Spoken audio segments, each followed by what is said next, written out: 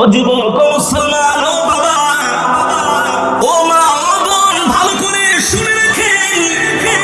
আল্লাহ কোরআনের মধ্যে এখানে কি বলেছেন, এটা আমাদের চিন্তা করার বিষয়, ভাবার বিষয়। আল্লাহ বলছেন, আফাহাসিবতুম আন্নামা খালাকনাকুম আবাসান ওয়া আন্নাকুম ইলাইনা লা তুরজাউন। আল হিসবান অর্থ ধারণা করা, উপলব্ধি করা। আল্লাহ বলে, বান্দা, তুমি কি ভেবেছো, তুমি কি ধারণা করো, তুমি কি এটাই মনে করো আমি আল্লাহ তোমাকে দুনিয়াতে এমনি এমনি পাঠিয়েছি? আল্লাহ বলে, না রে বান্দা, আমি আল্লাহ তোকে দুনিয়াতে এমনি এমনি পাঠাই নাই। এই বিশাল জগৎ আমি আল্লাহ তোদের জন্য সৃষ্টি করেছি। এই বিশাল আসমান জমিন, পাহাড় পর্বত, নদী নালা, আল্লাহ বলে এত নিয়ামত আমি তোদেরকে দান করেছি। কত নিয়ামত, কত নিয়ামত আল্লাহ কোরআনের মধ্যে কোট করেছেন।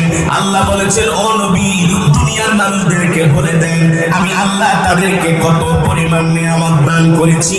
ওয়া ইন তাউদ্দু নি'মাতাল্লাহি লা তুহসুহা ইন্নাল্লাহা লাগফুরুর রহিম। আল্লাহ রাব্বুল আলামিন বলে, নবী, আমি কত নিয়ামত তাদেরকে দান করেছি, তারা যদি কিয়ামত পর্যন্ত আমার এই নিয়ামতের গণনা করে, কিয়ামত চলে আসবে, আমি আল্লাহ তাদেরকে এত নিয়ামত দান করেছি, গণনা করে শেষ করতে পারবে না। আর জোরে বলেন সুবহানাল্লাহ।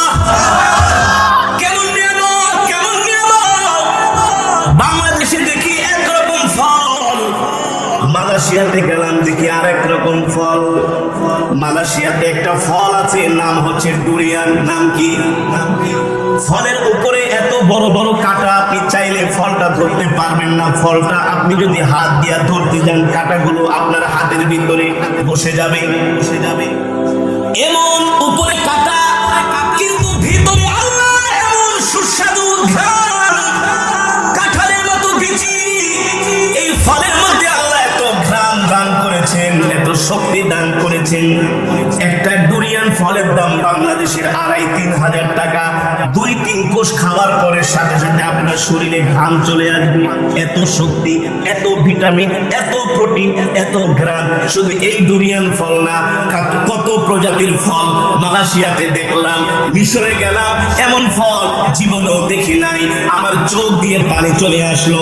বাগানে গেলাম, এমন ফল বাংলাদেশে দেখি নাই। আল্লাহ কত হাজার রকমের ফল দুনিয়াতে পাঠাইছেন আমাদের জন্য নিয়ামত স্বরূপ। আল্লাহ বলছে, বান্দা, এত নিয়ামত দান করেছি, কিয়ামত পর্যন্ত এই নিয়ামত তোরা গণনা করে শেষ করতে পারবি না। আল্লাহু আকবার। আল্লাহ বলে, কেমন নিয়ামত! আলাম নাজালিল আরদা বিহাদা, এই জমিনকে আমি আল্লাহ তোদের জন্য বিছানা স্বরূপ বানাইছি। আল্লাহু আকবার। আল্লাহ বলে, বান্দা, এই জমিনের মাটি যদি আমি আল্লাহ বিছানা স্বরূপ না বানাইতাম, পাহাড়ের মতো উঁচা নিচা বানাইতাম, এই জমিনে বসতে পারতাম না। আল্লাহ বলে, এই জমিনের মাটি যদি আমি একটু নরম করতাম, তাহলে বসতে পারতাম না, ভিজে যেত। আর যদি শক্ত করতাম, পাথরের মতো চাষাবাদ করতে পারতাম না। আল্লাহ বলে, বান্দা, তোদের উপযোগী করে, যেভাবে তোদের দরকার প্রয়োজন, এভাবে করে আমি আল্লাহ জমিনকে তোদের জন্য বিছানা স্বরূপ বানাইছি। আল্লাহু আকবার। আল্লাহ বলে, বান্দা রে, এখানে কি আমার নিয়ামত শেষ? আল্লাহ বলে, না না না, শেষ না। ওয়া হুয়াল্লাযী সাখখারাল বাহরা লিতাকুলু মিনহা লাহমান তারিয়া। আল্লাহ বলে, বান্দা, আমি সমুদ্রের মধ্যে তোদের জন্য বিভিন্ন প্রজাতির মাছের ব্যবস্থা করেছি। পদ্মার মাছের যেই স্বাদ, আরিয়াল খার মাছের সেই স্বাদ না। আরিয়াল খার মাছের স্বাদ ভিন্ন, মেঘনা নদীর মাছের স্বাদ ভিন্ন, যমুনা নদীর মাছের স্বাদ ভিন্ন। এমনকি ভৈরবের পাশ দিয়ে যেই নদী বয়ে চলে গিয়েছে, এই নদীর মাছের স্বাদ ভিন্ন। আল্লাহ বলে, শুধু নদীর মাছের স্বাদ ভিন্ন না, সমুদ্রের মাছেরও স্বাদ ভিন্ন। আল্লাহ বলে, ওয়া হুয়াল্লাযী সাখখারাল বাহরা লিতাকুলু মিনহা লাহমান তারিয়া। আমি আল্লাহ সমুদ্রের মধ্যে তোদের জন্য তাজা তাজা গোশতের ব্যবস্থা করেছি। আল্লাহ বলে, বান্দা, আমি আল্লাহ তোদের জন্য নদীর মধ্যে, সমুদ্রের মধ্যে যে মাছের ব্যবস্থা করেছি, এই মাছ পৃথিবীর কোন রাষ্ট্রপ্রধান ছেড়ে দেয় নাই। এই মাছগুলো আমি আল্লাহ আমার কুদরতে তোদের জন্য ব্যবস্থা করেছি। ঠিক কিনা বলে? এই যে যেই জমিনে বসে আছেন, এখানে বছরে একবার পানি আসে, আসে না? পানির সাথে মাছ আছে, কত মাছ, কই মাছ, শিং মাছ, ট্যাংরা মাছ, পুঁটি মাছ। এই মাছগুলাকে ছেড়ে দিয়েছেন নাকি? পোনা ছাড়ছিলেন? কোথা থেকে আসলো? জোরে বলেন। আল্লাহ বলে এই রিজিক আমি তোমাদেরকে দিয়েছি, বান্দা মনে কইরো না এই রিজিক তোমরা বানাইছো। বানিয়েছেন কে?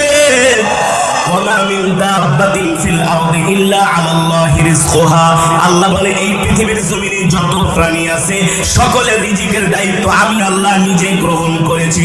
আল্লাহ বলে বান্দারে এত নিয়ামত এত রিজিক আমি আল্লাহ তোমাদেরকে দিয়েছি, নিশ্চয়ই এর পিছনে অনেক বড় কারণ রয়েছে।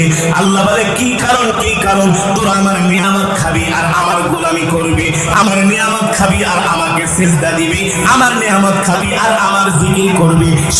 সাবধান বান্দা, আমার নিয়ামত খায়া যদি আমার সাথে নাফরমানি করো আমি আল্লাহ কিন্তু তোদেরকে ছাড়বো না। আল্লাহ বলে আমি ছাড়বো না। দুনিয়াতে কিছুক্ষণ সময়ের জন্য তোদেরকে পাঠাইছি, এতটুকু হায়াতের জিন্দেগি পায়া যদি আমার গোলামি না করো, যৌবন বয়সের ইবাদত আল্লাহর কাছে সবচেয়ে বেশি। সুবহানাল্লাহ বলেন। আপনারা জানেন নারকেল গাছে কি হয়?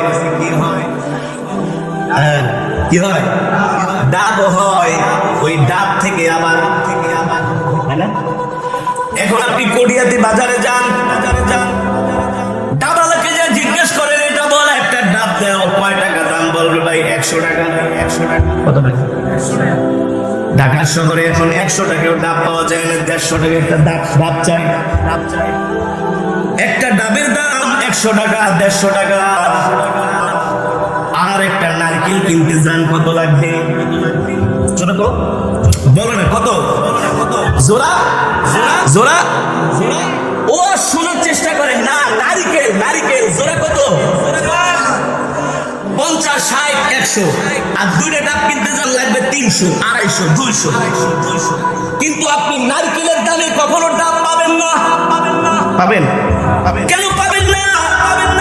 ডাব থেকে তো নারকেল হয়েছে, দাম তো হওয়ার কথা ছিল একই। ডাব থেকে তো নারকেল হয়েছে, অথচ নারকেল আর ডাব একই। ওই ডিম আর ডিম পোস্ট, ডিম মামলেট আর ডিম ভাজা সব একই। ডিম থেকে আসছে, আন্ডা থেকে। এক লোক মনে করেন কটিয়াদির থেকে ডিম ভাজা দিয়া ভাত খায়, আন্ডা ভাজা দিয়া ভাত খেয়ে গেছি, গুলিস্তান যায় কয় ভাই একটা আন্ডা দেন। কেন? আন্ডা তো নাই, ডিম খাই আসলাম আন্ডা, এখন বলতেছি ডিম ঠিক আছে। কবে ডিম কি ভাজা খাবা না মামলেট? ভাজা তো হয় না, মামলেট কয় কি খাইলাম ভাজা, এখন কয় মামলেট। মানে ওই ডিমই আন্ডাই ডিম, মামলেট এই ভাজাই মামলেট একই। পুরোটা কি মিলাই জিলাই একই। ডাব থেকেই নারকেল থেকেই ডাব, এই ডাব থেকেই তো নারকেল হয়েছে। তাহলে একটা নারকেলের দাম যদি হয় 30 টাকা, 40 টাকা, আর একটা ডাবের দাম যদি হয় 100 টাকা, নিশ্চয়ই এর মধ্যে কারণ আছে কি আছে না? এর কারণ হলো গাছ থেকে ডাব যখন বের হয়, ডাবের কালার থাকে সবুজ, হৃষ্টপুষ্ট, সুঠাম, দেখতে অনেক সুন্দর, ঠিক কিনা বলেন? এই ডাবের পানি খেলে অনেক শরীরের উপকার হয়, কার্যকারিতা বেশি। অসুস্থ হয়েছেন, ডাক্তার বলে যান ডাব কিনা খান, বলে না যে নারকেল খান। ডাব খান। কারণ কি? ওই ডাবের যখন যৌবনকাল ছিল, ওই যৌবনকালে ডাবের দাম বেশি হয়ে গেছে। আর ওই ডাব যখন যৌবন পার হয়ে বৃদ্ধ হয়ে গেছে, ডাবের উপরের চামড়াটা যখন শুকাইয়া কাঠ হয়ে গেছে, তখন আর ওই যৌবনকালের দাম আর ওই নারকেলের নাই, ঠিক কিনা বলে? এর মানে হলো ডাবের দাম যেমন বেশি, আল্লাহর কাছে যৌবনের ইবাদতের দামও বেশি। ও যুবক, ভালো করে খেয়াল করবা, 3 ঘন্টা, 6 ঘন্টা, 9 ঘন্টা ওয়াজ শোনার দরকার হয় না। জীবনের শিক্ষা নেওয়ার জন্য 10 মিনিটের কথাই যথেষ্ট, ঠিক কিনা বলেন? একটা ডাবের দাম কেন এত বেশি? ওই ডাবটা যখন যৌবনকাল ছিল, ডাবের চামড়া শুকায় নাই, এই কারণে ডাবের দাম বেশি। যখন নারকেল হয়ে গেছে, ওই নারকেলের দাম আর ডাবের মতো পায় না। এর কারণ হলো তার যৌবন শেষ, তার সময়ও শেষ। ও যুবক, তুমিও মনে করবা তোমার জীবনের যৌবনকাল যদি তুমি খেলায় কাটায়া দাও, যৌবনকালে যদি ইবাদত না করে বৃদ্ধকালে হাজির হইয়া যদি একেবারে ইবাদতে মগ্ন হয়ে যাও, খোদার কসম করে বলি যৌবনকালের ইবাদতের সওয়াব আল্লাহ তোমাকে কখনো দিবে না। যৌবনকালে তুমি এক ওযু দিয়া 3-4 ওয়াক্ত নামাজ পড়তে পারবে না, আর তোমার বয়স যখন 60-70 হয়ে যাবে এক ওযু দিয়া এক নামাজ পড়তেই কষ্ট। ওযু কেবল করেছে মসজিদে ঢুকবে, এর আগে এই অবস্থা খারাপ। কারণ কি বয়স হয়ে গেছে, শরীরের পাশ যা আছে ঢিলা হয়ে গেছে, আগের মতো আর কাজ করে না, আগের মতো আর সার্ভিস দেয় না। এই কারণে যুবক, আল্লাহ বলে যুবক রে তুই যৌবনকালে বেশি বেশি করে ইবাদত কর, তোর যৌবনকালের ইবাদত আমার আল্লাহর কাছে সবচেয়ে বেশি পছন্দ। আল্লাহ বলে হে যুবক, যৌবনকালে যদি ইবাদত না করো, আমার গোলামি যদি না করো, তোমার যৌবনটা যদি খেলায় খেলায় কাটায় দাও, তোমার যৌবনটা যদি গুনার কাজ করে কাটায় দাও, তোমার যৌবনটা যদি সিনেমা দেখা, ক্রিকেট খেলা, ফুটবল খেলা দেখা, মদ খেয়ে, গাঁজা খেয়ে, ইয়াবা খেয়ে, ফেন্সিডিল খেয়ে যদি তুমি তোমার মূল্যবান যৌবনের সময় নষ্ট করো, আল্লাহ বলে প্রতিটা সেকেন্ডের হিসাব না দিয়া হাসরের মাঠে এক কদম সামনে আগাইতে পারবে না, এক কদম আল্লাহ বলে সামনে আগাইতে পারবি না। আমি আল্লাহ তোর আমলনামা তোর হাতে দিব আর বলবো তুই নিজেই পড়, নিজেই পড়, নিজেই পড়।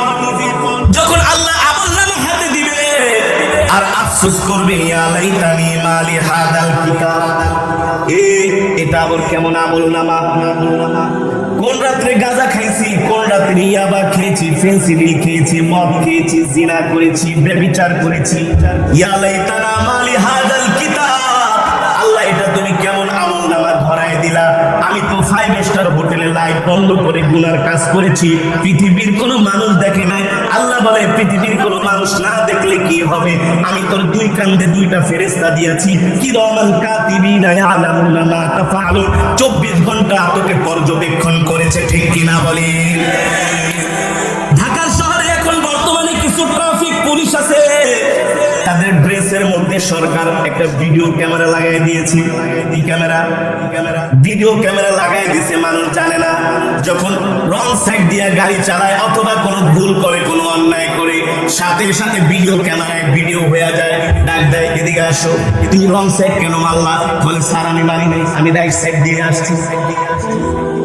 সে মনে করেছে আসলে ট্রাফিক দেখে নাই, কিন্তু ট্রাফিক না দেখলে কি হবে, তার শরীরের মধ্যে যে ক্যামেরা ফিট করা, এই ক্যামেরায় কিন্তু ঠিকই ভিডিও হয়ে গেছে।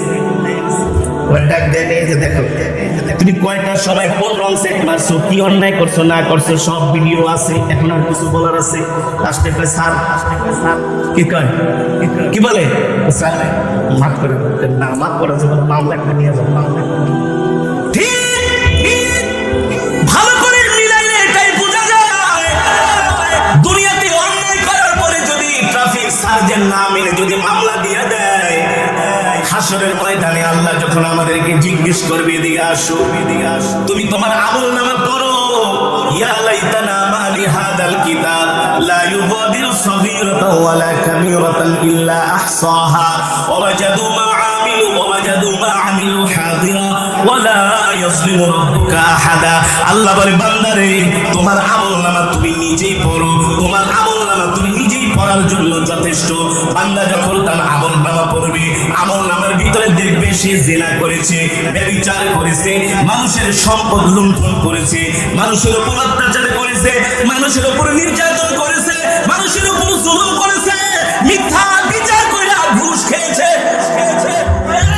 500 টাকার জন্য সমাজে বিচার করতে দেয়া সত্যটাকে মিথ্যায় পরিণত করছে, মিথ্যাকে সত্য পরিণত করছে মাত্র 500-1000 টাকার জন্য। গ্রামে এমন বিচারক আছে কি আছে না? আছে না?